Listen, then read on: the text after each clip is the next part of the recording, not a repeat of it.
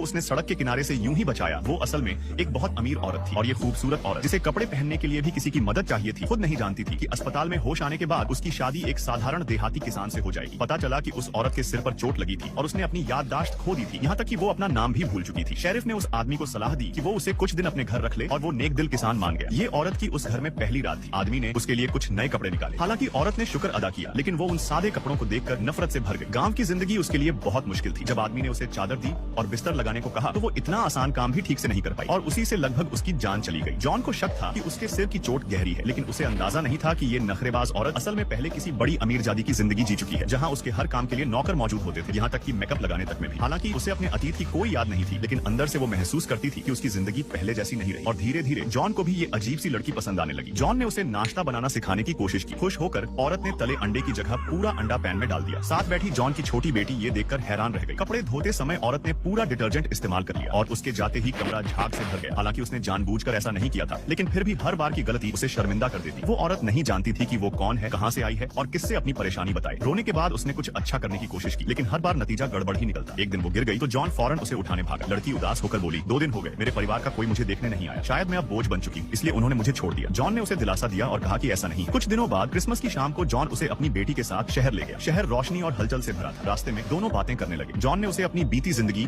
और अपनी पत्नी की मौत के बारे में बताया। वो पहले एक सराय छोटा होटल चलाते थे जो अब लगभग बंद होने की कगार पर थी, लेकिन जॉन उसे छोड़ना नहीं चाहता था क्योंकि उसमें उसकी बहुत सी यादें थी। उसकी बातें सुनकर औरत की आंखें नम हो गई। घूमते फिरते जॉन ने उसे एक गिफ्ट दिया, एक छोटी सी क्रिस्टल बॉल। पहली नजर में ही वो उसे पसंद आ गई और उसी पल उसके अंदर कुछ यादें हल्की हल्की जागने लगी। भीड़ के बीच खड़े होकर दोनों ने साथ में क्रिसमस का जश्न मनाया। जैसे ही उलटी गिनती 3, 2, 1 खत्म हुई और ट्री की लाइट्स जली, दोनों के चेहरों पर सुकून था। रात को घर पहुंचने पर लड़की ने बताया कि क्रिस्टल बॉल देखकर उसे अपनी माँ की हल्की याद आई है। जॉन खुश था, लेकिन थोड़ा डर भी गया क्योंकि उसे लगने लगा था कि जैसे जैसे वो यादें लौटेंगी शायद वो उसे छोड़कर चली जाएगी। कुछ ही दिनों में दोनों एक दूसरे के करीब आ गए। प्यार धीरे धीरे पनपने लगा। अब वो औरत जिंदगी से भागने के बजाय उसे अपनाने लगी थी। बिस्तर लगाना अब उसके लिए आसान हो गया था और खाना बनाना भी उसने धीरे धीरे सीख लिया था। जॉन की माँ भी उसके इस बदलाव को देखकर हैरान थी। वो औरत अब इस छोटे से घर और गांव की सादगी से मोहब्बत करने लगी थी। एक दिन जॉन उसे एक चैरिटी इवेंट में ले गया जहां वो बच्चों के लिए खिलौने बांट रहे थे। वो भी वहां मदद करने लगी। हालांकि उसका काम थोड़ा बिखरा हुआ था, फिर भी सब लोग उसकी तारीफ करने लगे। एक बुजुर्ग औरत ने उसे बताया कि जॉन बहुत नेक इंसान है जो हमेशा दूसरों की मदद करता है।